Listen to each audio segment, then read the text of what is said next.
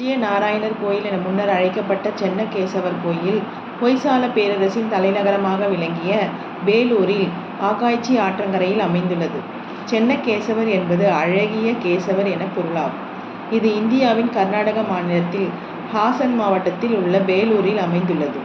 போசாளர் கட்டிடக்கலை பாணியில் அமைந்த பல சிறப்பு வாய்ந்த கோயில்களுக்கு புகழ்பெற்ற இடமாகவும் வைணவர்களின் யாத்திரை குடிய இடமாகவும் விளங்குகிறது இக்கோயில்.